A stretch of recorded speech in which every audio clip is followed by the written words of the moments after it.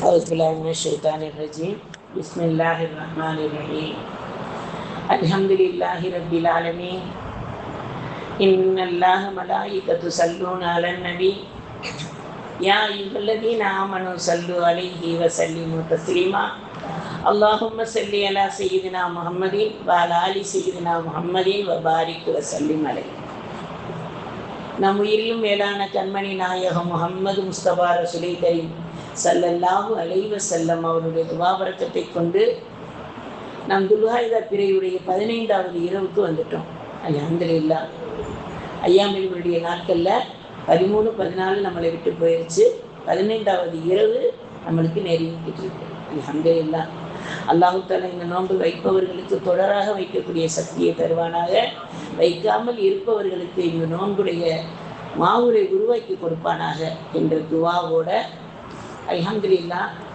இன்னைக்கு நம்ம இங்கே எடுத்திருக்கிற தலைப்பு, அல்லாஹ் நம்மளை சோதிப்பதை எப்படி அறிய முடியும், அல்லாஹ் சோதிக்கிறான்டா அதை எப்படி நம்ம அறிஞ்சுக்கிறது அப்படின்ட்டு ஹசன் பஸ்ரி ரஹ்மத்துல்லாஹி அலைஹிட்ட ஒரு மனிதர் போய் கேட்குறாங்க.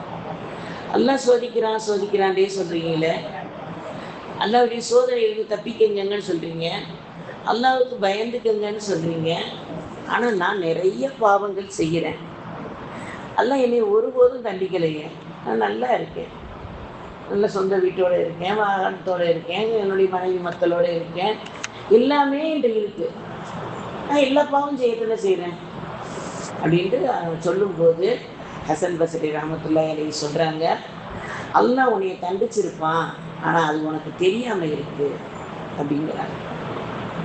தண்டிச்சிருந்தானே எனக்கு தெரியுமே, எல்லாம் தண்டனை தண்டிச்சானே எனக்கு தெரிஞ்சிருக்குமே, நான் எனக்கு என்ன ஒன்றுமே நடக்கலையே.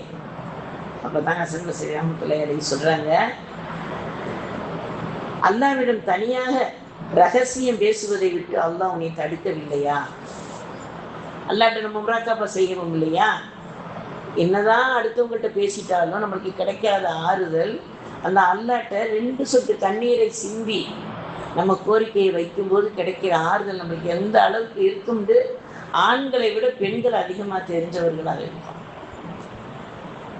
அப்போ ஆண்களுக்கு தனியாக பெண்களுக்கு தனியாக அல்லாஹ் சொல்லலை. துவாவில் ரசூல் ஸல்லல்லாஹு அலைஹி வஸல்லம் எல்லாரும் கரமேந்தி துவா கேளுங்கன்னு சொல்லியிருக்காங்க.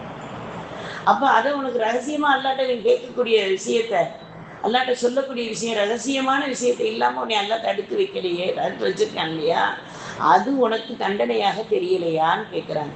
சொல்ல புரிகிற மாதிரி இருக்காமா? ரெண்டாவதாக அதுக்கு அந்த மனிதர் கொஞ்சம் யோசிக்கிறாரு. நம்ம அல்லாஹ்ட்ட என்ன கேட்டிருக்கோம், நம்ம கேட்கலையே, எல்லாமே அவனுக்கு கொடுத்துக்கிட்டு இருக்கிறதுனால அவன்கிட்ட எதுவுமே கேட்கலையே. பொதுவாகவே நம்மளுக்கு ஒரு விஷயத்தை கேட்டு கிடைச்சா அது அதில் இருக்கிற பேரின்பம் எவ்வளவோ அதிகமாக இருக்கும். கண்மணி நாயகம் ரசூல் ஸல்லல்லாஹு அலைஹி வஸல்லத்தை அல்லாஹ் தஆலா மதீனாவுக்கு போகாமையே, ஹிஜ்ரத் செய்யாமையே அனைத்து உலகத்தையும் இஸ்லாமாக்க அல்லாஹ்வால முடியும் ரசூலுல்லாவை வச்சு. ஆனாலும் ரசூல் ஸல்லல்லாஹு அலைஹி வஸல்லம் அந்த முல்தசிமில் நின்று என்னென்று துவா கேட்டாங்க, யா அல்லாஹ் அபிஜைகளையாவது உமர் கத்தாப் ரலியல்லாஹு தஆலாவையாவது அபிஜைகளையாவது எனக்கு ஈமான் கொள்ள செய்யேன்னாங்க துவா. ஏன்னா வெற்றி கிடைக்கிறதுக்கு இவர்களை ஒரு கருவியாக அல்லாஹ் தருவான்னு கேட்டாங்க. அப்போ ஒன்னொன்றுக்கு நம்ம துவாவை கொண்டு தானே முன்னேற முடியும். துவா கேட்காத அல்லாஹ்வின் தண்டனை தானே. அதை புரியலையே அவங்களுக்குன்னு அவங்க எடுத்து சொல்லிட்டு இப்போ 2வதாக கேட்டாங்க, குரானை ஓதாமல் உன்னுடைய நாட்கள் கிடக்குது, அது உனக்கு தண்டனையா இல்லையா?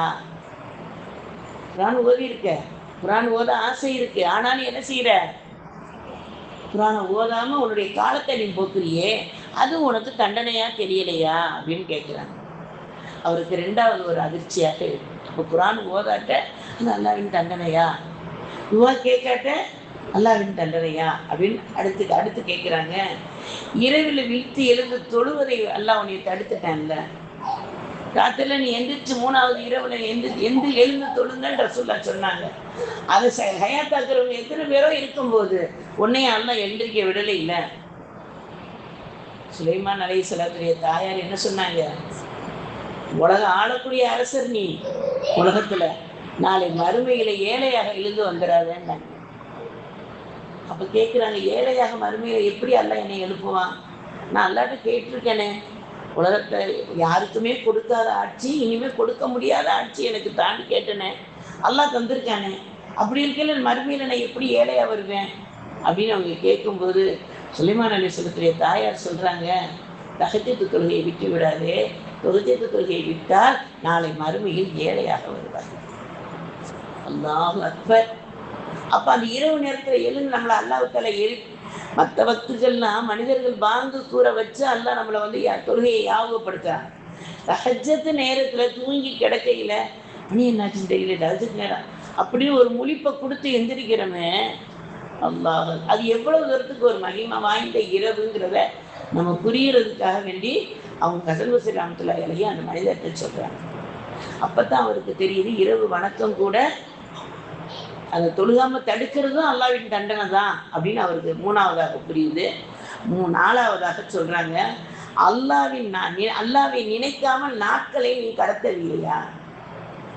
அல்லாஹ்வுடைய சிந்தனை இல்லாம அல்லாஹ் நம்மளை ஒரு கண நேரம் கூட மறக்கலை. ஒரு கண நேரம் என்ன, ஒரு சின்ன மைக்ரோ அளவுக்கு கூடிய ஒரு கடுகு அளவுக்கு கூட நம்மளை அல்லாஹ் மறக்கலை. ஆனால் நாம் அல்லாஹ்வை எவ்வளவு நேரம் நினைக்கிறோம்? 24 மணி நேரத்தில் அல்லாஹு தாலா நம்மளை மூச்சு விட்டு மூச்சு எடுக்க வைக்கிறான். அந்த நேரத்தில் அல்லாஹ் நாளைக்கு கேட்பான், மூச்சை எப்படி இழுத்தாய் எப்படி விட்டாய்ன்னு அல்லாஹ் கேட்பான். அப்படிங்கிற கேள்வியும் நம்மளுக்கு தெரியும், சொல்லக்கூடிய பதிலும் நம்மளுக்கு தெரியும். இருந்தாலும் அல்லாஹ்வை எப்போவெல்லாம் நினைக்கிறோம்? தொழுது முடிச்சுட்டு சுப்ஹானல்லாஹ் சொல்கிறோமே, அதுதான் அல்லாஹ்வின் சிந்தனையா? எல்லா நேரத்துலையும் நம்ம நினைவு வர்றதுக்குள்ள நினைவு வராமல் தப்புறதுக்கு காரணமே இல்லை.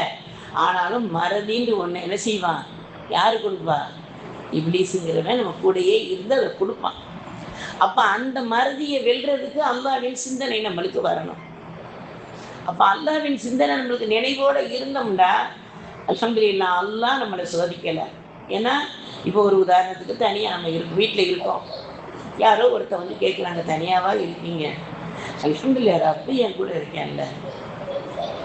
மலக்குமார்கள் நம்ம தனிமை, ஒரு மூமினுக்கு, ஈமான் கொண்ட மூமினுக்கு தனிமை என்பதே கிடையாது. தனிமை என்பதே கிடையாது. மலக்குமார்களும் ரப்பு நம்ம கூடையே இருக்காங்க. ராமன் காத்திபின் மலக்குகள் நம்மகிட்ட இருக்காங்க.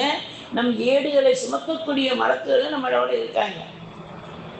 அத்தனை அல்லாஹ் அதுக்கு தகுந்த மாதிரி நம்மளுக்கு எல்லா விஷயத்திலையும் துணையாக இருக்கான்.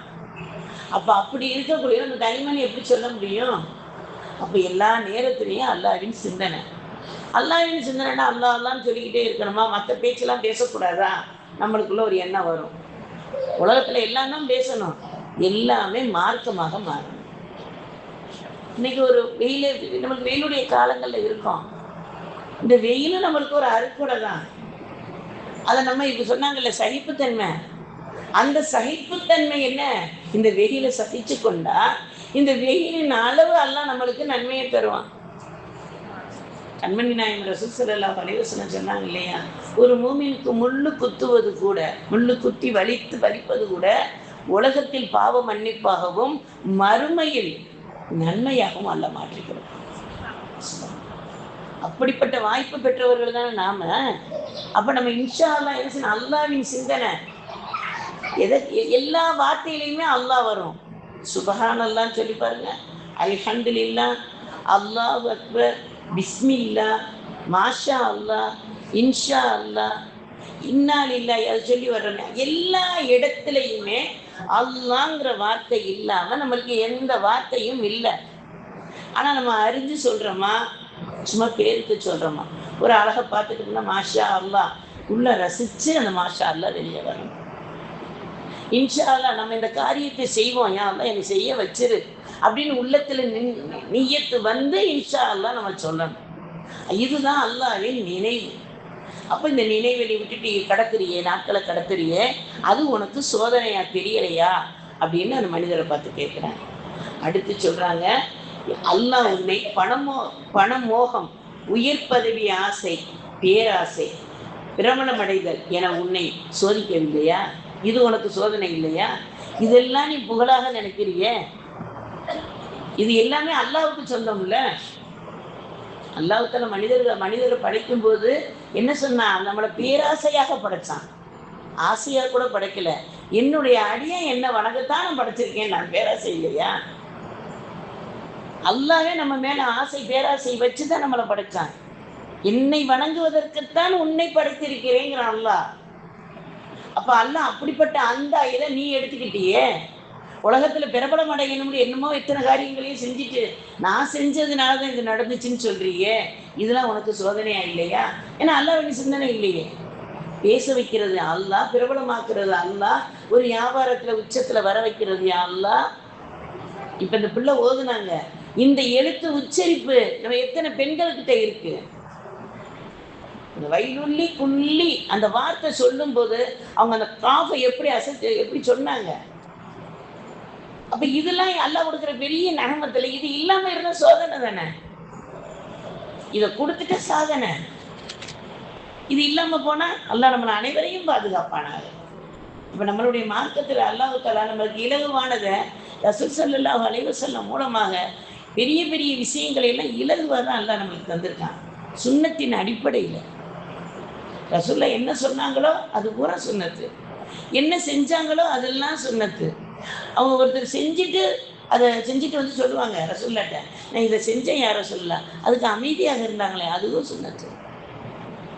அதுக்கு ஒரு உதாரணம், இவங்க பிலால் ரலியல்லாஹு தஆலா 2 ரக்காத் தொழுதாங்கல்ல, ஒளி செஞ்சுட்டு வந்து 2 ரக்காத் தொழுகிறாங்க. ரசூல்லா சொல்லி தொழுகலை, அவங்கள தான் தொழுகிறாங்க. ரசூல்லா என்ன செய்கிறாங்க, சொர்க்கத்தில் உங்களுக்கு காலடி சத்தம் கேட்டனே, நீங்கள் என்ன செஞ்சீங்க? நான் 2 ரக்காத் தொழுகிறேன். ஒளி செஞ்ச உடனே 2 ரக்காத் தொழுகிறேன் யார் ரசூலல்லாஹ், அல்ஹம்துலில்லாஹ்னு அதை ஏற்றுக்கிட்டாங்க. அதுதான் சுன்னத்து. இன்றைக்கி நம்மளுக்கு என்ன செய்யணும், ஒளிவின் சுன்னத்து 2 ரக்காத், நஃபில் 2 ரக்காத் தொழுகிறோம் இல்லையா? அல்ஹம்துலில்லாஹ். அதே மாதிரி பாங்கு, வஜ்ருடைய பாங்கில் ஒரு வார்த்தை அதிகமாக வருங்க. என்ன வார்த்தை? அஸ்ஸலாத்து ஹைருன் மினன் நௌம். இது ரசூலுல்லாஹ் சொல்லி கொடுத்து சொல்லலையே, தூக்கத்தை விட தொழுகை மேலானது அப்படின்னு அவங்க சொன்ன உடனே சதத்தை யாரும் சொல்லிட்டு வந்தாங்களே, ரசூல் ஸல்லல்லாஹு அலைஹி வஸல்லம் சொல்லி வந்தாங்களே, அது என்ன கியாமத்து நாள் வரைக்கும் அந்த வார்த்தை இருந்துருச்சு இல்லையா? சுன்னத்து. அப்போ நம்ம ஒவ்வொரு விஷயமும் சுன்னத்தை நினச்சி நம்ம வாழ்கிறத விட்டுட்டு இதெல்லாம் என்னால் தான் முடியுது, நான் அலாரம் வச்சுட்டு படுக்கிறேன் எந்திரிச்சிரேன்னு சொல்லிட்டு படுங்களேன், அன்றைக்கி எந்திரிக்க முடியாது. ஏன்னா நம்ம அல்லாஹ்வை நம்பாமல் அலாரத்தை நம்பிட்டு படுக்கிறோம். மனிதன் கண்டுபிடிச்ச அலாரம். அல்லாஹ் நம்மளுடைய மூளையில் அலாரம் வச்சிருவான், இத்தனை மணிக்கு நீ எந்திரி, இத்தனை மணிக்கு இந்த வேலையை செய், இந்த டைம் டேபிள் உனக்கு அப்படின்னு அல்லாஹ் நம்மளுக்கு கொடுத்துருவான். அதை நம்ம செயல்படுத்தும் போது இது ஏன் ரப்பு என்னை செய்ய வச்சு பார்க்குறான். ஏற்கனவே உங்கள்கிட்ட சொன்னது தான், நம்மளுடைய அமல் ஏதோ ஒன்று பிடிச்சதுனால இந்த இடத்துல அல்லாஹ்வை பற்றி பேசுகிறோம், அல்லாஹ்வை பற்றி புகழ்கிறோம், ரசூல் ஸல்லல்லாஹு அலைஹி வஸல்லத்துடைய சுன்னத்துக்களை பற்றி நினைவு கூறுறோம். நம்மளை பற்றி ஏதோ அல்லாஹ்வுக்கு ஒன்று பிடிச்சிருக்கு, ஒட்டுமொத்த அமலும் அவனுக்கு பிடிக்கிற மாதிரி வாழ்ந்துட்டா ஒரு கண நேரம் சிந்திச்சு பார்ப்போமே. நபிமார்களுடைய கூட்டத்தில், சாலிகன்களுடைய கூட்டத்தில், சித்திகன்களுடைய கூட்டத்தில், ஷஹீதுகளுடைய கூட்டத்தில் அல்லாஹ் தஆலா அதிலெல்லாம் நம்மளை சேர்த்துட மாட்டானா? அவங்க இருக்கக்கூடிய இந்த நிலையிலையாவது நம்மளை அல்லாஹ் தஆலா சேர்த்துட மாட்டானா? மரியம் அலைஹிஸ்ஸலாம் அவர்களுடைய அவங்களுக்கு கொடுத்திருக்கிற மாளிகைக்கும், கதீஜா ரலியல்லாஹு தஆலா அவர்களுக்கு கொடுத்திருக்கிற மாளிகைக்கும் நடுவில் ஆசியா அம்மாவுக்கு அல்லாஹ் மாளிகை கொடுக்குறான். சுப்ஹானல்லாஹ். எப்படி? ஈமான். நம்மளுக்கு அப்படிப்பட்ட மாளிகை கொடுப்பான் தயாரமானவன், நம்ம தடை போட வேணாம், அந்த நிழலாவது நம்மளுக்கு தந்துடணுமே. அது பெரிய பாக்கியம் இல்லையா? இப்போ ஒரு பெரிய பில்டிங்கில் ஒரு வெயிலில் போகிறோம், வேகமாக போகிறோம், ஒரு மரத்து நிழலில் நிற்கிறோம். அந்த மரத்துடைய நிழல் எங்கே இருந்து வந்துச்சு? போடக்கூடிய வெயில் தான் அந்த நிழலை கொடுக்குது. ஆனாலும் என்ன செய்யணும், அந்த இடத்துல போய் நிற்கிட்டு அந்த காற்று வீசவும் அந்த குளிர்ச்சி கிடைக்கவும் ஒரு சந்தோஷம் வருதுல்ல. அந்த நேரத்தில் யாராவது நம்மளுக்கு தெரிஞ்சவங்க கொஞ்சம் தண்ணி உணர்ந்து கொடுத்துறட்டுமே. சுப்ஹானல்லாஹ். நம்ம எந்த அளவுக்கு பரவசம் அடையணும். நான் நடந்து வந்தேன், நானா மரத்தில் நிற்கிறேன், அவங்களா தண்ணி தந்தாங்கண்டா இல்லை, இது எல்லாமே அல்லாஹ்வின் ஏற்பாடு. ஆனால் அந்த மரம் என்னைக்காவது பெருமைப்பட்டிருக்கா? நான் தானே உனக்கு நிழல் கொடுத்தேன், நீ வந்து ஏன்ட்ட தானே நின்ற, என்னைக்காச்சும் சொல்லியிருக்குமா? நம்ம நிற்காம போனோம், நம்ம நேற்றுலாம் நீ நின்ற, இன்னைக்கு நிற்காம போற, வச்சுக்கிறேன் உன்னைய, எனக்கு ஏதாச்சும் சொல்லியிருக்கா? இது அதோடைய குணம் இல்லை. ஏன்னா அது அல்லாஹ்வை அனுதினமும் நினைக்கக்கூடிய படைப்பு, மனித படைப்பு, மறக்கக்கூடிய படைப்பு. அந்த மறதியிலையும் அல்லாஹ்வை நினைவு கூறுறதை அல்லாஹ் விரும்புகிறான். அதனாலதான் அல்லாஹ் குர்ஆன்ல சொல்றான் இல்லையா, என்னை நினைவு கூறுவதில் கொஞ்சமாகத்தான் இருக்கிறீர்கள், நன்றி செலுத்துவதில் கொஞ்சம் பேர் தான் இருக்கீங்கிறான். அந்த கொஞ்சத்துல அல்லாஹ் நம்மளையும் ஆக்கணுமே. அப்ப இதை சொல்றாங்க, இது உனக்கு சோதனையா இல்லையா அப்படிங்கிறாங்க. அடுத்ததாக சொல்றாங்க, அல்லாஹ்வை வணங்குவதை உனக்கு கடினமாக ஆக்கவில்லையா, அது உனக்கு சோதனையா தெரியலையா? அந்தந்த தொழுகை வரும்போது அல்ஹம்துலில்லாஹ் புத்துணர்ச்சியா தொழுகிறவங்க எத்தனை பேர் இருக்கோம்? கடமையை முடிச்சுட்டு வந்துடுறேன் இருங்க சொல்லுவோமா இல்லையா? ஃபர்ல மட்டும் முடிச்சுட்டு இப்போ ஓடி வந்துடுறேன், 5 நிமிஷம் போகுது. 5 நிமிஷத்துல என்ன செய்ய முடியும்? அவசரகரியான ஒழு, அவசரகரியான தொழுகை, எல்லாம் நம்ம அனைவரையும் பாதுகாப்பான. அப்ப அதெல்லாம் வணக்கத்தை கடினமாக்குறது தானே. அடுத்ததாக சொல்றாங்க, புறம் பேசி, கோல் மூட்டி, பொய் சொல்லுதல் போன்ற பாவங்கள் உனக்கு லேசாக தெரியவில்லையா? கோல் சொல்றது, புறம் பேசுறது, பொய் சொல்றது எல்லாமே உனக்கு லேசா தெரியலையா? இப்ப நம்ம பொய் பேசுறதுக்கோ, புறம் பேசுறதுக்கோ, கோல் சொல்றதுக்கோ யாரையும் பார்த்துலாம் சொல்ல தேவையில்லை. வீட்டுல கதவை மூடிக்கிட்டு வீட்டுக்குள்ள உட்காந்துக்கிட்டேன் எல்லாம் சொல்லலாம். எல்லா பாவமும் செய்ய வழிமுறைகள் இருக்கு. என்ன உலகம் உங்க கையில. ஆனா அதுலயும் ஏன் ரப்பு என்னைய பார்த்துக்கிட்டு இருக்கான். என் கூட ஏன் ரப்பு இருக்கையில நான் புறம் பேசலாமா, நான் கோல் சொல்லலாமா, நான் பொய் பேசலாமான்னு அதுல இருந்து தவிர்த்து வெளியே வர்றமே. அதைத்தான் அல்லாஹ் நம்மளை சாதனை படைக்கிறவர்களாக ஆக்குவான், இல்லாட்ட சோதிக்க ஆரம்பிப்பான். அதுவும் சோதனை. அல்லாஹ் மறக்க வைக்கிறான்ல, இந்த பாவம்லாம் லேசா இருக்குல்ல. அல்லாஹ் நம்மளை அனைவரையும் பாதுகாப்பானாங்க. அதுக்கடுத்து கேட்குறாங்க, மறுமையை மறக்கடித்து இம்மையின் கவலை அதிகமாகவில்லையா உனக்கு? மறுமையுடைய கவலை இல்லை, அல்லாஹ் பாதுகாக்கணும். இம்மையுடைய கவலை அதிகமா இருக்கு. இம்மையில என்னெல்லாம் நம்மளுக்கு வேணும் போதும்னு சொல்றவங்க எத்தனை பேரு? அல்ஹம்துலில்லாஹ் எனக்கு நல்லா இருக்கேம்மா, அல்லாஹ் கொடுத்ததுல அல்ஹம்துலில்லாஹ் அப்படின்னு சொல்லக்கூடியவர்கள் எத்தனை பேர்? ரொம்ப கம்மி. என்ன இருந்தாலும் இன்னும் ஒன்று வேணும், அது வேணும், இது வேணும், பணம் மட்டும் இல்லை, எல்லாமே. அப்ப அந்த அடிப்படையில இல்லாம மறுமைக்கு நம்ம என்ன சேர்த்து வச்சிருக்கோம்? மறுமைங்கிறது லேசா? அல்லாஹ் அக்பர். அந்த மறுமைக்கு நம்ம இங்க உலக வாழ்க்கை கொஞ்ச நாள், கபருடைய வாழ்க்கை அதை விட அதிக நாள், மறுமையுடைய வாழ்க்கை தாயின் கருவறையில 10 மாதம் கணக்கு சொல்லிடுவோம். அதுக்கு மேல இருந்தா வைக்க மாட்டாங்க. வகுத்தை கிழிச்சாவது பிள்ளைய வெளியே எடுத்துருவாங்க. வயிற்றுல இருந்துட்டு போகுது பிள்ளை, என் பிள்ளை தான், அது எப்போ வரையில வருதோ வளர்ந்து வெளியே வரட்டும். எந்த தாயாக சுமந்து இருப்போமா? அந்த 260 நாள் அந்த டைம் முடிகிற நேரத்துல டெலிவரி எப்ப கேட்குறோமா இல்லையா? அப்படி நம்ம எப்ப குழந்தை இறக்கி வைக்கணும்? குறைஞ்சது 10 மாசம் சொல்லி முடிச்சிடும். இப்ப வரக்கூடிய பிள்ளைங்க 10 மாசம் கூட பொறுக்குது இல்லை, 8 மாசம் 9 மாசம், அந்த குறிப்பிட்ட 7 மாசத்துல எல்லாம் மாஷா அல்லாஹ் பிறந்து நல்லா அல்லாஹ்வுல ஆஃபியத்தை கொடுத்து வளர வச்சிருக்கான். ஏன்னா அவ்வளவு நாள் இருக்கு, அதுக்கு பொறுமை இல்லையா, இல்லை அல்லாஹ்வின் ஏற்பாடு என்னன்னு தெரியல. நெகத்தை கடிக்க கூடாதுமா. நெகத்தை கடிப்பதனால நம்மளுக்கு பல விளைவுகள் ஏற்படும். அல்லாஹ்வுக்காக இங்க மட்டும் விடாம உங்க வாழ்நாளெல்லாம் விட்டுட்டே நியத்து வைக்கிறதுக்கு பாருங்க. அப்ப நம்ம ஒவ்வொரு செயல்கள் செய்யும் போதும் அல்லாஹ்வுடைய சிந்தனையோட இருந்துட்டோம்னா நம்மளுடைய அமல்கள் எல்லாம் சீராக்கப்பட்டோம். அப்ப மறுமையில நம்மளுடைய நிலை, மரணம்ங்கிறது சக்கராத்துங்கிறது சுவைக்காதவர்கள் யாரும் இல்லை. மரணத்தை சுவைத்தே தீர வேண்டுங்கிற அல்லாஹ்.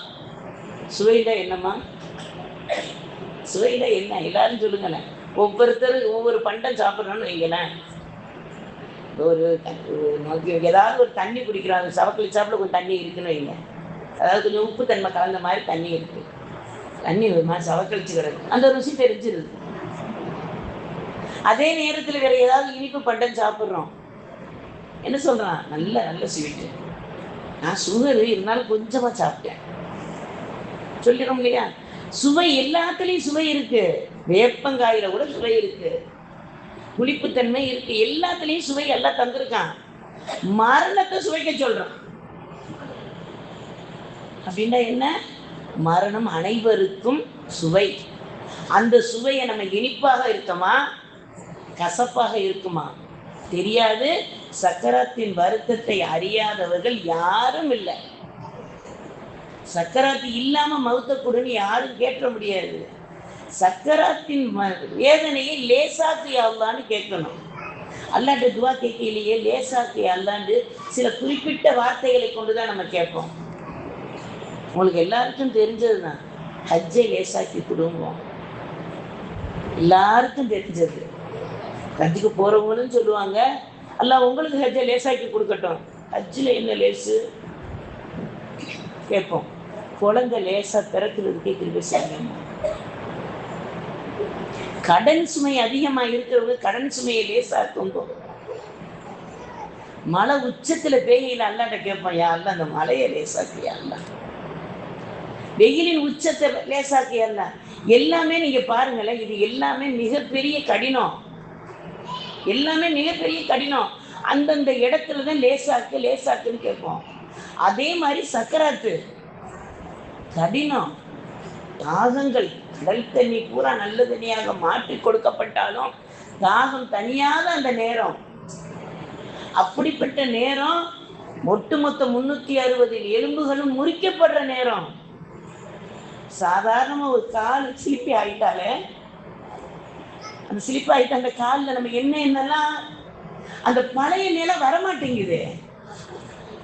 நம்மளுடைய அல்லாஹ் கொடுத்திருக்கிற வைராக்கியத்தை கொண்டு ஏதோ நம்ம உட்காந்துடணும், எந்திரிச்சிடணும் தோணுது. ஆனால் அந்த பழைய அந்த இடத்துல ஏதோ ஒன்று குத்திக்கிட்டே இருக்கிற மாதிரியே இருக்கு.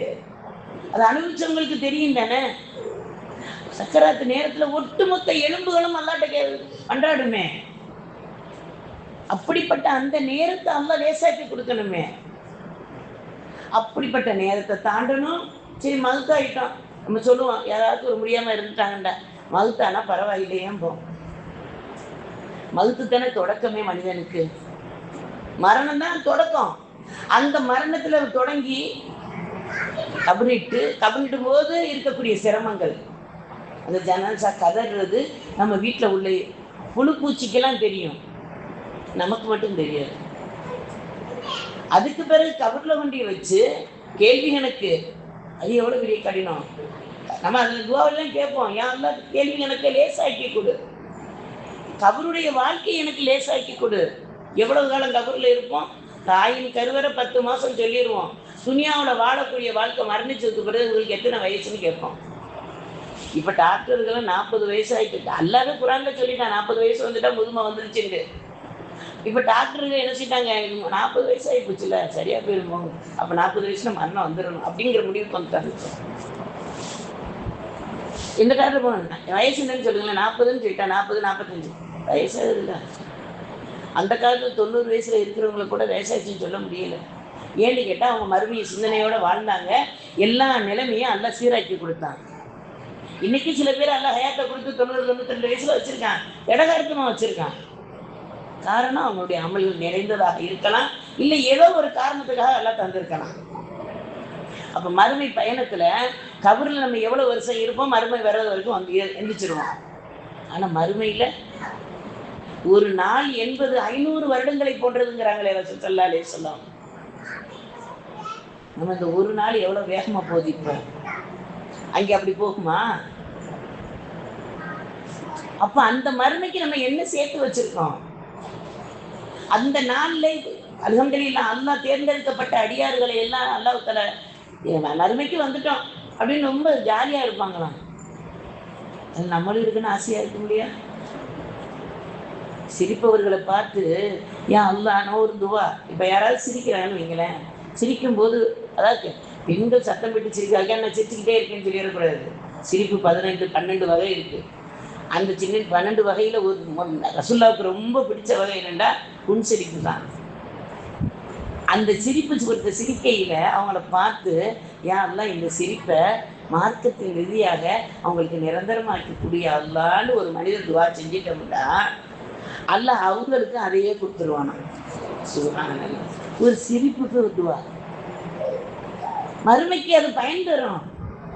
மறுமையில அந்த சிரித்தவர்களுக்கு அல்லாஹ் தஆலா என்ன செய்வானா, உன்னை பார்த்து அவங்க சிரிச்சாங்கல்ல, அவங்களுக்கு நீ கேட்ட துவாவை கொண்டு 2 பேரும் கை கொடுத்து போங்க. எங்க? சொர்க்கத்துக்கு. இன்னைக்கு அப்படிப்பட்ட சிரிப்பை நம்ம எத்தனை பேர் ஒழுங்கா சிரிக்கிறோம்? தெரிஞ்சவங்களா இருந்தா ஒரு மாதிரியான சிரிப்பு, தெரியாதவங்களா இருந்தா அது மாதிரி. நம்ம குடும்பத்தை சிரிக்கவே மறந்துடும். அல்லாஹ் நம்மளை அனைவரையும் பாதுகாப்பாங்க. அப்ப இந்த அடிப்படையில நம்ம அல்லாஹ் சோதிக்கக்கூடிய விஷயங்கள், நம்ம என்ன நினைச்சுக்கிறோம், அல்லாஹ் நம்மளை சோதிக்கவே இல்லை அப்படின்னு எதை நினைப்போம்? நல்ல சொத்து சுகம், குடும்ப சூழ்நிலை, காசு பணம், உடல் ஆபியத்து எல்லாம் இருக்கு, அல்லாஹ் என்னையும் சோதிக்கல அப்படின்ற ஒரு எண்ணம் நம்ம உள்ளத்துல என்ன செஞ்சிருது, வர ஆரம்பிச்சு. அல்லாஹ் நம்ம அனைவரையும் பாதுகாப்பானாக.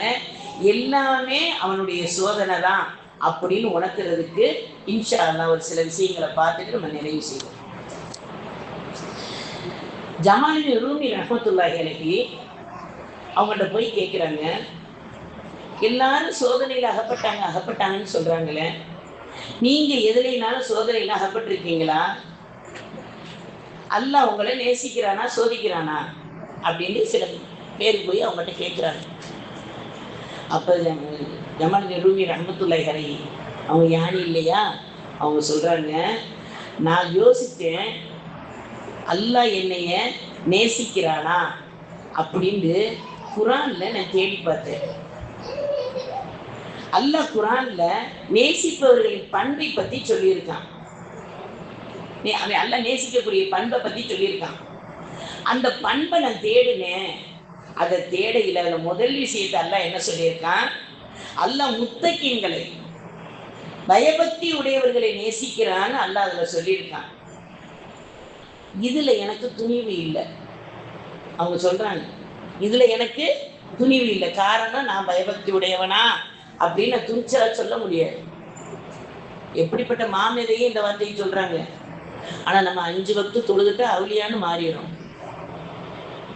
நான் கரெக்டா இருக்கேன்ப்பா சொல்றேன்னா இல்லையா? ஆனா அவங்க என்ன சொல்றாங்க, முத்தகீன்கள் பயபக்தி உடையவர்களை அல்லாஹ் நேசிக்கிறான்னு எல்லாம் சொல்றான். அது அந்த இடத்துல நான் வருவேன்னு சொல்றதுக்கு எனக்கு துணிவு இல்லை. அதனால நான் திருப்பி தேடுனேன். அஸ்ஸாபிரீன் பொறுமையாளர்களை அல்லாஹ் நேசிக்கிறான்னு சொல்லியிருக்கான். அதுலேயும் நான் சேர முடியாதுன்னு நான் நினைக்கிறேன். ஜமாலுதீன் ரூமி ரஹ்மத்துல்லாஹி பணிவு பாருங்க. பொறுமையாளர்களோட நான் இருக்கனா இல்லையான்னு எனக்கு தெரியலாம கோவம் வந்துருது இல்லை. ஒரு டாக்டர் போய் பொறுமைக்காக பார்க்கறது கேட்குறாரு. அவர் டென்ஷன் இல்லாமல் பேசுகிற டாக்டர். அவர்கிட்ட போய் என்ன கேட்குறாரு, இந்த மாத்திரையை எப்படி போடணும் அவர் சொல்லி கொடுத்துட்டாரு. திருப்பி கேட்குறாரு, எப்படி போடணும், நீங்கள் பிபி ப்ரெஷர் ஏற்றாதீங்க, ப்ரெஷர் ஏற்றாத இப்படி மாற்றி மாற்றி சொல்லலாம். அவர் பொறுத்து பார்த்துட்டு நம்ம சொல்லுவோம், எத்தனை தடவை அவன்கிட்ட சொல்லிக்கிட்டே இருக்குது. அப்போ கோபம் வராதவர்களுக்கும் சில விஷயங்கள் கோபத்தை கொண்டு வந்துடும். அப்ப அடுத்ததாக சொல்றாங்க, அடுத்த அல்லாஹ் அல் முஜாஹிதீன்களை நேசிக்கிறான், அதாவது ஜிஹாது செல்பவர்களை நேசிக்கிறான்னு அல்லாஹ் தஆலா குர்ஆன்ல சொல்லியிருக்கான். இதுலேயும் நான் சேர முடியாது, ஏன்னா நான் சோம்பேறி. அவங்க சொல்றாங்க, இதுலேயும் நான் போய் சேர முடியாது, நான் சோம்பேறி. ஜிஹாதுடைய நன்மையை நம்மளுக்கு அல்லாஹ் தஆலா பல வழிகளில் வச்சிருக்கான். ஜிஹாதுல போய் சண்டை பிடிக்கிறதுக்கு நம்மளுக்கு பெண்களுக்கு திராணி இல்லை. இப்ப ஜிஹாது கிடையாது, ஆண்களுக்கும் நல்லா தந்திருக்கான் பல வழிகளில். ரசூல் ஸல்லல்லாஹு அலைஹி வஸல்லம் ஹதீஸின் வழியில நம்மளுக்கு பெண்களுக்கும் நல்லா தந்திருக்கான். ஆனா நம்ம அதையெல்லாம் தெரியறது இல்லை. ஆனாலும் இவங்க என்ன சொல்றாங்க, அதெல்லாம் தெரிஞ்சு இருக்கக்கூடியவங்களே என்ன சொல்றாங்க, நான் சோம்பேறி, இதுலேயும் நான் சேர முடியாது. அடுத்ததாக சொல்றாங்க, அல் முஹ்சினீன்களை நன்மை செய்பவர்களை நேசிப்பதாக அல்லாஹ் தஆலா சொல்றான். அதுலேயும் நான் பங்கு சேர முடியாது. நன்மை செய்பவர்களை அவங்கள்ட்ட அவங்களுடைய மரணத்திற்கு பிறகு, ஜமாலுதீன் ரூமி ரஹ்மத்துல்லாஹி அலைஹி மரணத்திற்கு பிறகு அவங்க வச்சிருந்த ஜாமான்கள் என்னென்னா, உடுத்தி இருக்கிற ஆடைகள் 2, குடிக்க தண்ணி குடிக்க ஒரு டம்ளரு, ஒரு சாப்பிடக்கூடிய ஒரு தட்டு, அவங்க வச்சிருந்த ஜாமான்கள், ஒரு ஊசி, நூல், கத்திரி, சின்ன கத்தி, அத்தரு, மிஸ்வாக்கு, இந்த மாதிரி பொருள்கள் தான் அவங்க பையில இருந்துச்சு.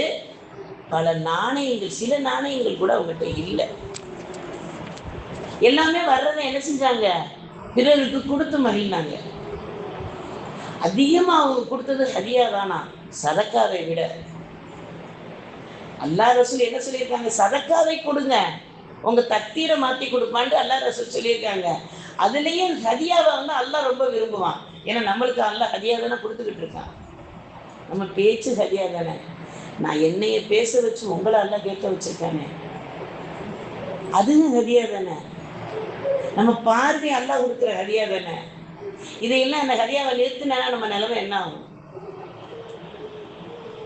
அதனால அவங்க என்ன சொல்றாங்க, அல்லாஹ் எனக்கு தந்ததை அவனுடைய பாதையில நான் ஹதியாவாவே செலவழிப்பேங்கிறாங்க. ரசூல் ஸல்லல்லாஹு அலைஹி வஸல்லம் ஹதியா தானே செஞ்சாங்க, அதனால நானும் ஹதியா செய்வேன் அப்படின்னு செஞ்சாங்க. அப்படிப்பட்டவங்களே என்ன சொல்றாங்க, நன்மை செய்பவர்களை நேசிக்கிற கூட்டத்தில் நான் வருவேனான்னு தெரியாது, அதனால அதுலேயும் சேர முடியாது. அடுத்ததாக சொல்றாங்க, அத்தவ்வாபி, பாவ மன்னிப்பு தேடுபவர்களை நேசிக்கிறான் என்று அல்லாஹ் கூறியிருக்கிறான். அது எனக்கும் என்னை தோன்றவர்களுக்கும் பொருத்தமானது என்று இஸ்திக்பாரை ஓத ஆரம்பித்தேன். என் அமல்களை சரி செய்து சீர்படுத்த ஆரம்பித்தேன். இதனால் அல்லாஹ் நேசிக்கும் ஒருவரில் நானும் ஆக முயற்சி செய்கிறேன். நான் ஆயிரவேன்னு சொல்லல, முயற்சி செய்கிறேன். அல்லாஹு அக்பர். அப்ப நம்ம அல்லாஹ் நம்முடைய சோதனையில இருந்து நம்ம தப்பிப்பதற்கு முதல் காரணம், இறுதி காரணம் என்ன? பணிவு, இஸ்திக்பார். இஸ்திக்பாரை கொண்டு அல்லாஹ் நம்ம நேசிச்சுட்டான்னு வைங்க, பாவ மன்னிப்பு பெற்றுட்டோம். அல்லாஹ் மர்ஹம்னி, அல்லாஹ் மக்ஃபிர்லி, யா அல்லாஹ் நீ உன்னுடைய மகபிரத்தை தான், உன் அருளை கொடு. நம்ம ஒளி செஞ்சுட்டு நடந்து வர்ற இடத்துல 3 முறை சொல்லி முசல்லா கிட்ட வரையிலே அல்லாஹ் சொல்லுவானா, இந்த அடியனுடைய பாவத்தை எல்லாம் மன்னிச்சுட்டேன், என் அருளை பூரா நான் கொடுத்துட்டேன்னு சொல்லுங்க. யார்கிட்ட? குமார்கிட்ட. இது சொல்றதுக்கு நம்ம எனர்ஜி தேவையா? அப்ப நம்ம இன்ஷா அல்லாஹ் நம்மளை அல்லாஹ் சோதிக்கிறாங்கிறது, இதையெல்லாம் மறப்பது அல்லாஹ் எங்களுக்கு சோதனை. நோய் வந்தா தான் சோதனை, கஷ்டம் வந்தா தான் சோதனை, அப்படி நம்ம நினைச்சிடக்கூடாது. மறதியும் நம்மளுக்கு ஒரு சோதனை. அதுதான் அல்லாஹ்வின் சிந்தனையை மறப்பது. அல்லாஹ் நம்மளை அனைவரையும் பாதுகாப்பானாங்க. அப்போ ஒழுக்கம் தான் நம்மளுக்கு உயர்வை தரும். நம்மளுக்கு அல்லாஹ் நம்மளோட ரஹ்மத்தான பார்வை, நம்மளை நேரடியாக அல்லாஹ் பார்த்துக்கிட்டு இருக்காங்கிறதுக்கு அடையாளம் தான் நம்ம போட்டிருக்கிற ஹிஜாபு, அந்த மார்க்கத்தின் சட்டத்தை பேணி வருவது, நம்ம ஆடை அலங்காரங்கள். ரசூல் ஸல்லல்லாஹு அலைஹி வஸல்லம் ஒரு சஹாபி வந்து கேட்குறாங்க, யா ரசூலல்லாஹ், நல்ல ஆடை, சிறந்த ஆடை உடுத்துவது பெருமையா, அழகுற செருப்பு போடுவது பெருமையா அப்படின்னு கேட்குறாங்க வந்து. அப்போ கண்மணி நாயகம் ரசூல் ஸல்லல்லாஹு அலைஹி வஸல்லம் சொல்கிறாங்க, இந்த ஆடையை பார்த்து அவர் பார்ப்பார் நல்லா இருக்குன்னு சொல்லுவாருன்னு நினச்சி போட்டால் பெருமை. எனக்கு அல்லாஹ் அழகானதை நான் என்ன அழகுபடுத்திக்கிறேன், நீங்கள் ஆடை போட்டா அது பெருமை இல்லை. காலில் போடுற மிதியடி, அந்த மிதியடியை அழகாக நீங்கள் அல்லாஹ் அழகானவன், எனக்காகவே நீ இதை போடுறேன், அடுத்து உங்களுடைய கண்கள் உறுத்தாத அளவுக்கு நான் போடுறேன்னா அது பெருமை இல்லை. நான் என்னுடைய வசதியை காட்ட நான் செருப்பு வாங்குறேன். முஹைதீன் அப்துல் காதர் ஜெயிலானி ஹத்தஸல்லாஹு ஜிரவுலஜி சொல்லுவாங்களாம், யார் வீட்டையும் கடந்து போகையில் சொல்லுவாங்களாம், வாசலில் கிடக்கிற செருப்பை பார்த்து அங்கே உள்ள பெண்களுடைய மனதை சொல்லுவாங்களாம். அப்போ அல்ல நம்மளுக்கு எப்படிலாம் சோதனையை கொடுக்குறாம்மா, சோதிச்சு தானே பார்க்குறான். இன்னைக்கு நம்மெல்லாம் எப்படி எப்படி வாழ்க்கையில் வாழ்ந்துக்கிட்டு இருக்கோம், ஒரு கண நேரம் நம்மளையே நம்ம சிந்திச்சு பார்ப்போமே. ஆடை விஷயத்தில், பேச்சு விஷயத்தில், நம்மளுடைய வணக்க விஷயத்தில் சொல்கிற நாங்களும் தான். வணக்க விஷயத்தில் நல்ல அமல்கள் செய்ய நம்மளுக்கு டைங்கள் கிடைச்சும் அதை செய்யாமல் தவற விடுற விஷயத்தில் நம்மளுக்கு அல்லாஹ்வுக்கு அழகான முகத்தை கொடுத்துருக்கான். தெளிவாக எந்த இடத்துல கண்ணு இருந்தால் அழகாக இருக்குமோ அங்கே வச்சுருக்கான். அதுக்கு பக்கத்துல நீளம், எந்த இடத்துல எப்படி மூக்கு வச்சா அந்த மூக்கு கொண்டு என்னென்ன காரியங்கள் எல்லாமே நம்மளுக்கு தொகுப்பா படைச்சிருக்காங்க. அப்படி படைச்சிருக்க நம்ம முகத்தை பல அவலட்சணங்களாக மாத்தினா அதுவும் சோதனை தான். பல அவலட்சணங்கள்டா நாம் பியூட்டி பார்லருக்கெல்லாம் போறது இல்லைப்பா, நம்ம சொல்ல போறவர் அது அவலட்சணம்னே தெரிஞ்சுக்கிட்டு நம்ம சொல்லுவோம் அழகாக்க போறேன்னு. அது வேற விஷயம். நம்ம அந்த அவலட்சணம் நினைக்கிறது என்ன, இந்த உதட்டை மெல்றது, இந்த ஒரு மாதிரியா சுழிக்கிறது, அது ஆட்டோமேட்டிக்காக ஒரு சிலருக்கு வந்துடுது அந்த பழக்கங்கள். இதையெல்லாம் அல்லாஹ் வெறுக்கிறான்னு நினைச்சு நம்ம விடுறதும் அல்லாஹ்வுடைய நெருக்கத்தை நம்மளுக்கு கொடுக்கும், சோதனைகளுக்கு தப்பிக்கலாம். இது அந்த அல்லாஹ்வுடைய நினைப்பு இல்லாட்ட சோதனை. அல்லாஹ் குர்ஆன்ல பெண்களுக்குன்னு பல சட்ட திட்டங்களை அல்லாஹ் கொடுத்துருக்கான். அந்த சட்ட திட்டங்களை நம்ம எத்தனை பேர் பேணி வாழ்றோம்? இவர் முதல்ல பேசின அல்ஹம்துலில்லாஹ் ஃபாத்திமா கூறினாங்க, பெண்கள்கிட்ட தான் நிறைய குழாவுடைய விஷயங்கள் வருதுன்னு. இதுக்கு ஆண்களும் காரணம் தானம்மா. ஒரு தை கட்டினா ஓசை வராது, 2 தை கட்டினாதான் ஓசை வரும். அப்ப அந்த குடும்ப வாழ்க்கை என்னங்கிறத அந்த ஆணுக்கும் அந்த பெண்ணுக்கும் உணர்த்தாது யாருடைய தவறு? பெற்றோர்களுடைய தவறு. நாமளும் பெற்றோர்களாக இருக்கோம், இன்னும் பெற்றோர்கள் ஆகக்கூடிய பிள்ளைங்கள் இருக்கீங்க. அப்ப அதையெல்லாம் நம்ம மனசுல வச்சு மார்க்கத்துல என்னம்மா கற்றுக் கொடுக்கல நம்மளுக்கு? அல்லாஹ் ரசூல் என்ன நம்மளுக்கு கொடுக்கல? அல்லாஹ் நம்மளுக்கு என்ன தரல? மார்க்கம்டா அறியக்கூடிய அறிவை கொடுக்கலையா? நல்லது கெட்டது அறிய இந்த காலத்துக்கு இதெல்லாம் ஒத்து வருமா? இப்ப வயசு பிள்ளைங்க சொல்லக்கூடிய வார்த்தை, எனக்கு என்ன அதிக வயசாயிருச்சு சொல்றவங்க 50 வயசு. இப்ப அனுபவிக்காம நான் எப்ப அனுபவிக்க போறேன்? இந்த என்ன அனுபவிச்சாலும் இந்த உலகத்துல என்னமா போட்டுதானே போறோம். மார்க்கம் சொல்லி கொடுக்கற மாதிரி அனுபவிக்கலாமே. மார்க்கம் அழகுபடுத்துங்கிறான் அல்லாஹ். அல்ஹம்துலில்லாஹ் நம்மள அழகா தலையை சீவி நம்ம எப்பவுமே நீட்டா ட்ரெஸ் போட்டு பார்க்கறதுக்கு யார்கிட்டையும் பங்கரைகளாக இல்லாம, அழுக்கு வடிஞ்ச நிலையில இல்லாம, ஒளி செய்த நிலையில பளிச்சுன்னு இருப்பதற்கு அல்லாஹ் விரும்புறான். ஏறப்பு விரும்புறத நான் இருக்கேன். அல்ஹம்துலில்லாஹ். அல்லாஹ் பெண்களை பார்த்து சொல்றான், குரலை உயர்த்தி பேசாதீர்கள்ங்கிறான், சத்தமிட்டு நடக்காதீர்கள்ங்கிறான். எவ்வளவுதான் பயான் பண்ணாலும் இன்னும் சலங்க சத்தம் கேட்டுக்கிட்டே இருக்கு. மக்கானூர் மஜ்லிஸ்லையும் தர்பியா வகுப்பு 4வது வருஷம் வந்தும் சலங்க சத்தம் கேட்குது. மன வருத்தமா இருக்குமா? மாற்றங்கள் நம்மகிட்ட இருந்து நம்ம மாற்றங்கள் வராம யாராலையும் மாற்றத்தை தர முடியாது.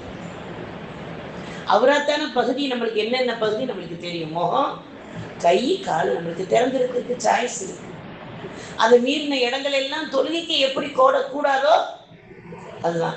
இப்ப போடக்கூடிய ஹிஜாபு காதுக்கு யாரு போடுறாங்க? அல்ஹம்துலில்லாஹ். இப்ப இங்க எல்லாரும் நம்ம நல்லா காதை மூடி வந்திருக்கோம், தொழுகைக்கு நிக்கிறோம். மற்ற இடங்களுக்கும் போது நம்ம ஹிஜாப் இதே நிலையில இருக்கா? ஒரு நேரம் நம்ம சிந்திச்சு பார்ப்போம்.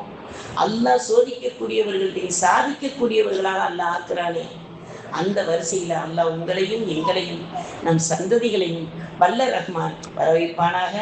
நம்மளுடைய சொல்லையும் செயலையும் அல்லாஹ் அங்கீகரிப்பானாக என்ற துவாவை உங்களுக்காக நாங்களும் எங்களுக்காக நீங்களும் கேட்கக்கூடிய பாக்கியத்தை வல்ல ரஹ்மான் அனைவருக்கும் தந்தருவானாக. பொதுவாகவே எல்லா பொருளுக்குமே எல்லா செயலுக்குமே ஒரு ஆபத்து இருக்குமா? எல்லாத்துக்குமே ஆபத்து இருக்கு. இதை ஹசாலி ரஹ்மத்துல்லாஹி அலைஹி சொல்றாங்க, கல்விக்கு ஆபத்து மறதி. கட்டுறது இப்ப என்ன சொன்னதை நான் மறந்தேன்டா ஆபத்து தானே. நீ கேட்டதை நீங்க மறந்தீங்கடா இல்ல, நான் அனைவரையும் பாதுகாக்கணும். அப்ப கல்விக்கு ஆபத்து மறதி. 2வது வணக்கத்திற்கு ஆபத்து என்னவா இருக்கும் சொல்லுங்க? வணக்கத்துக்கு ஆபத்து சோம்பல். டைம் ஆயிடுச்சு, அதனால நானே சொல்லிடுறேன். அடுத்தது வியாபாரத்திற்கு ஆபத்து பொய். நம்ம வியாபாரமா பண்றோம், நல்லா நம்மகிட்ட வியாபாரம் செய்யறாங்க, அல்லாஹ் வியாபாரம் செய்யறான். ரசூல் ஸல்லல்லாஹு அலைஹி வஸல்லம் சொன்னாங்க இல்லையா, அல்லாஹ் உங்களுடைய வியாபாரம் செய்ய விருப்பப்படுறான். வியாபாரத்துக்கு நீங்க ரெடியாங்கும் போது அப்துல் ரலியல்லாஹு வைரவகாங்கிற தோட்டத்தை எழுதி கொடுத்தாங்கல்ல. நம்ம வியாபாரம் தான் செய்யறோம். அந்த வியாபாரம் என்ன வியாபாரம்? வணக்கமா இருக்கா, சதக்காவா இருக்கா, திக்ராக இருக்கா, சலவாத்தாக இருக்கா, குரானாக இருக்கா? நம்ம யோசிப்போம். வியாபாரம்னா நம்ம காசு பணம் மட்டும் வியாபாரம் எடுத்துட வேணாம். நம்மளை பொறுத்தளவுல நம்ம எடுக்கிறது எல்லாம் காசு பணம் சோறு. இன்னைக்கு என்ன சாப்பிட்றோம், நாளைக்கு என்ன ஆக்க போறோம்? நாளைங்கிறது நம்மகிட்ட இல்லவே இல்லை. ஆனா நாளைக்கு என்ன செய்ய போறோம்? அடுத்தது அறிவுக்கு ஆபத்து கற்பெருமை. பெருமையாவது ரப்புல் ஆலமீன் சொல்றான், பெருமை என்னுடையது, அதை நீங்க எடுத்துக்கொள்ளாதீங்கிறான். தற்பெருமை வந்துச்சு, இப்லீஸுக்கு தூக்கி எறிஞ்சிட்டான். நான் யாரு தெரியுமான்னு கேட்டான். நெருப்பால் படைக்கப்பட்டவனாக்கும்டான். நெருப்புக்கு என்னடா எனக்கு வேலை, எரிஞ்சிட்டான் தூக்கி. நம்ம யாருன்னு நம்மளுக்கே தெரியாது. நான் இப்ப இங்க வந்திருக்கேன், இந்த முகல்லவாசி. அல்லாஹ் நாடிய வீட்டுக்கு போனா நான் அந்த இடம். இதுதானே உலக வாழ்க்கை. அதுல எங்க தற்பெருமை எங்க இருந்து வருது? அறிவுக்கு ஆபத்து தற்பெருமை. அடுத்தது தர்மத்திற்கு ஆபத்து. சதக்கா செய்யறோம் இல்லையா, அதுடைய ஆபத்து வீண் விரயம். வீண் விரயம்னா சொல்லுவாங்க அந்த காலத்துல, நீங்க அந்த பழமொழி கேட்டிருப்பீங்க, பாத்திரம் அறிஞ்சு பிச்சை போடு, பாத்திரம் அறிஞ்சு பிச்சை போடு, கோத்திரம் அறிந்து போய் பெண்ணை எடும்பாங்க. இந்த பழமொழி கேட்டிருக்கீங்களா என்னன்னு தெரியல.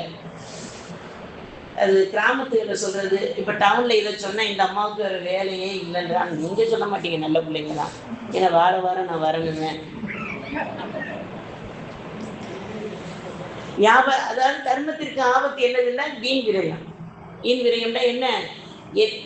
எந்த இடத்துக்கு எதை உதவணுமோ அதை உதவக்கூடியவர்களாக இருக்கணும். சொல்லி காட்டுவது வீண் விரயம். நான் அதையெல்லாம் செஞ்சுட்டேன் தெரியுமா, இதில் நான் கொடுத்துட்டா அவங்க அப்படி இருக்காங்க. நம்ம கொடுத்து யாரையும் முன்னேற்றப்பட முடியுமா? நம்மளும் எல்லாம் ஒரு கருவியாக்கியிருக்கான். அவன் கொடுத்தது நம்ம கொடுத்தோம். அந்த பணிவு நம்மகிட்ட வந்துடும். அடுத்ததாக அழகிற்கு ஆபத்து பெருமை. மயில் என்ன செஞ்சிச்சு? நான் அழகா இருக்கேன்னு ஆடும். மயில் ஆடையில பாருங்க, மயங்காதவங்க யாரும் இருக்க முடியாது. கலர் கலராக தொகையை விரிச்சு ஆடும்போது எல்லாரும் அதை ஒரு பார்த்து மயங்குவோம். ஆடி என்ன செய்யும்? அப்படி குனியும். காலை பார்த்துரும். காலை பார்த்ததோடு அல்லாவுக்கு சஜிதாவில் விழுந்துடும். அப்படியே அது ரெக்கையை அப்படியே உழுந்து அப்படியே ஒடுங்கிடும். விரிஞ்சிருந்த அந்த இது, அதுவும் அது ரெக்கையை 33 தடவை அசைச்சாதான் தோகை விரியும். அதை அசைக்கிறதுக்கு 33 தடவை கஷ்டப்பட்டு அழகா இருக்கிறத காட்டுறதுக்கு ஆடி அந்த 33 டக்குன்னு குறைகிறதுக்கு 1 செகண்ட் போதும். அல்லாஹ் தஆலா என்ன செய்ய, நீ என்னதான் அழகா இருந்தாலும் உன் காலப்பாரு, உனக்குலாம் அழகு இல்லை அப்படின்னு அல்லாஹ் தஆலா அதை நடக்கலாம். அப்ப அழகுக்கு இருக்கு, அழகு வந்து பெருமை ஆபத்து. அடுத்தது நபி வழிக்கு, அதாவது சுன்னத்திற்கு ஆபத்து. அதை விட்டு விட்டு வாழ்ந்தது. இதை யார் சொல்றாமா? யார் சொன்னான்னு சொன்னேன்? நீங்க என்ன சொல்றீங்கன்னு சொல்றீங்க இருக்கிறீங்களா? யார் சொன்னாங்கிறது ஞாபகம் வரலையா? கஸாலி ரஹ்மத்துல்லாஹி அலைஹி இதை சொல்றாங்க. கல்வியின் கடன்மா. இது இந்த இருக்கே, இந்த பேர்களெல்லாம் நம்ம கொஞ்சம் கொஞ்சம் ஞாபகம் வச்சுக்கிறோம்டா. கொஞ்சம் கொஞ்சம் இல்லை, எல்லா நேரத்திலையும் ஞாபகம் வச்சிருக்கிறோம். அல்லாஹ் தஆலா வைக்கக்கூடிய அந்த வாய்ப்பையும், அல்லாஹ் நேசிக்கக்கூடியவர்கள் கூட்டத்தில் நம்மளை சேரக்கூடிய வாய்ப்பையும் வல்ல ரஹ்மான் நம் அனைவருக்கும் தந்தருவானாக. இந்த ஐயாமின் கீழ் நோன்பு வைத்திருப்பவர்கள் அனைவருடைய நோன்பையும் அல்லாஹ் ஏற்றுக்கொள்வானாக. நோன்பு வைக்காதவர்களுக்கு வைக்கக்கூடிய மாவுளை அல்லாஹ் உருவாக்கி கொடுப்பானாக. அல்லாஹ் தஆலா நோய் நொடிகள் இருந்து அல்லாஹ் நம்மளை அனைவரையும் பாதுகாப்பானாக. கலிமா சக்கராத்து வருத்தத்தை லேசாக்கி கலிமாவுடன் மரணிக்கக்கூடிய தகுதியை வல்ல ரஹ்மான் நம்ம அனைவருக்கும் தந்தருவானாக. இந்த வெயிலின் தாக்கத்தை அல்லாஹ் தஆலா குறைத்து அவன் கருணையான ரஹ்மத்தான மழையை பொழியச் செய்வானாக. வாஹித் தஹ்வானா அனில் ஹம்துலில்லாஹி ரப்பில் ஆலமீன். اللهم صل على سيدنا محمد وعلى آل سيدنا محمد وبارك وسلم عليه. سبحان الله وبحمده سبحانك اللهم وبحمدك نشهد أن لا إله إلا أنت ونستغفرك ونتوب إليك.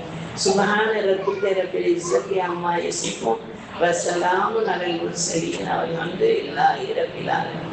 برحمتك يا أرحم الراحمين والحمد لله رب العالمين. صلى الله على محمد صلى الله عليه وسلم. صلى الله على محمد صلى الله عليه وسلم. صلى الله على محمد يا ربي صل وسلم. السلام عليكم ورحمة الله وبركاته.